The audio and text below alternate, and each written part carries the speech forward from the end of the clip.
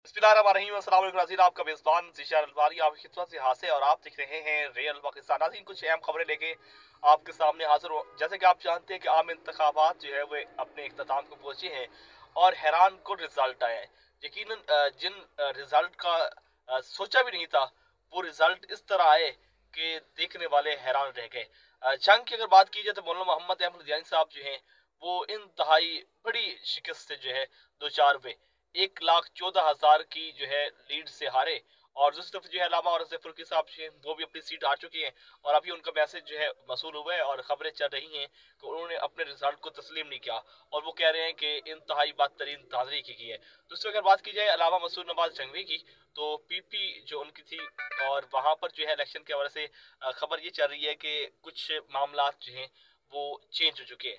अब ताज़ा तरीन सूरत हाल ये है कि जो अलामा मसूद नवाज जंगवी है वो अपने कारकुनान के साथ जो है एक मीटिंग उन्होंने बुला ली है और कहा यह जा रहा है कि कुछ चेंजिंग हो रही है उनके जो रिजल्ट था, क्योंकि इससे पहले बहुत सारे ऐसे पोलिंग थे जिनका रिजल्ट सामने नहीं आया था, जिसकी वजह से कुछ चीज़ें जो है वो चेंज की गई।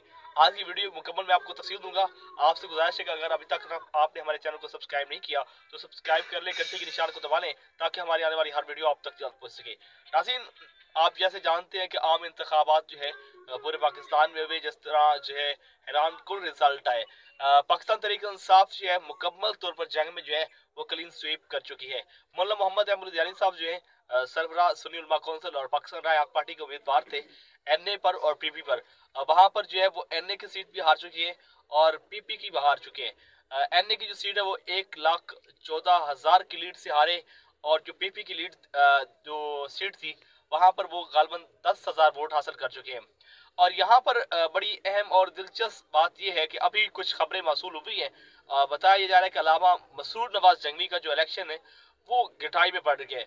उसकी वजह यह कि पहले रिजल्ट जो अनाउंस हुए थे वहां पर 10,000 की लीड पर जो है वो मौलाना मसूद नवाज हार चुके थे, लेकिन अब खबर ये मिल रही है कि 49,000 और 500 920 के इस तरह का रिजल्ट है जो उनकी लीड है। और जो उनका मद्दे मुकाबल जिनको उन्होंने जो है जीत का निशान दिया शेख अकरम साहब, वो 50,000 के करीब है। तो मतलब है कि कुछ 2,500-300 का फर्क है और अब ये कहा जा रहा है कि दोबारा गिनती होगी। यहाँ पर मुझे कुछ अपडेट मिली है कि तमाम तर जो कारकुनान है वो जामिया महमूदिया जंग पहुंच चुके हैं और इस सूरत हाल में जो है वो दोबारा जो है गिनती का सिलसिला शुरू करवाना चाहते हैं और अभी रिजल्ट जो है क्या आता है ये भी देखना है। दूसरी अगर बात की जाए अलामा और फरूकी थी, तो उसके बारे में यही खबर चली थी कि वो भी हार गए हैं, लेकिन अभी उनका मैसेज मसूल हुआ है और उनके हवाले से यही अपडेट चल रही है कि उन्होंने इस इलेक्शन को तस्लीम नहीं किया, रिजल्ट को तस्लीम नहीं किया। वो कह रहे हैं कि यहाँ पर बड़ी बदतरीन धांधली हुई है।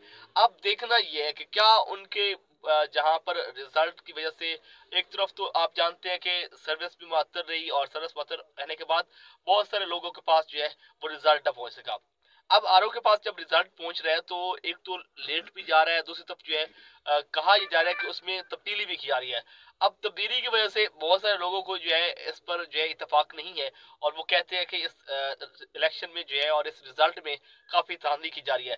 अब देखना यह है क्या अलामा औरंगजेब फरूकी साहब जो है वो इस रिजल्ट को तस्लीम करेंगे या फिर दोबारा जो है गिनती का सिलसिला शुरू करवाएंगे। और जिस तरह वो कह रहे हैं कि जो हमारे पोलिंग एजेंट थे उनको जो है 45 नंबर पेपर नहीं मिला और यही भी कहा जा रहा है कि वहां पर मुतअद्दिद जगहों पर जो है वो धांधली की गई और हमें रिजल्ट भी नहीं मिला।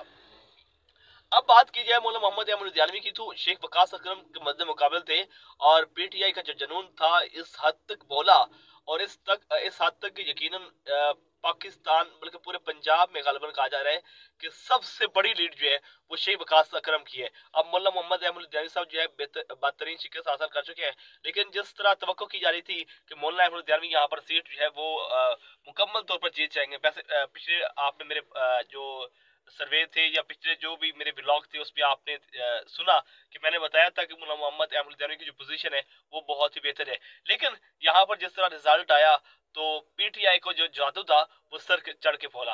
वो जो कैथी नंबर 804 का नारा था वो इस तरह बोला कि नौजवानों ने जो है सबको जो है उखाड़ के रख दिया और इस तरह उखाड़ा कि शायद फिर कभी भी ये लोग जिनको बदतरीन शिकस्त हुई है ये शायद फिर सियासत में ना आए। अब मौलाना मसूद नवाज जंगवी के हवाले से जो है कोई अपडेट आती है और सूरत हाल बनती है तो वो हम आपको बताएंगे। दूसरी तरफ जो है अता मोहम्मद निशानी साहब जो हैं वो भी हार गए हैं और दो तीन और उम्मीदवार थे, सिकंदर साहब थे और वो भी हार गए हैं। इसी तरह यकीनन कोई भी सीट जो है वो राय हक पार्टी के हाथ में नहीं आई।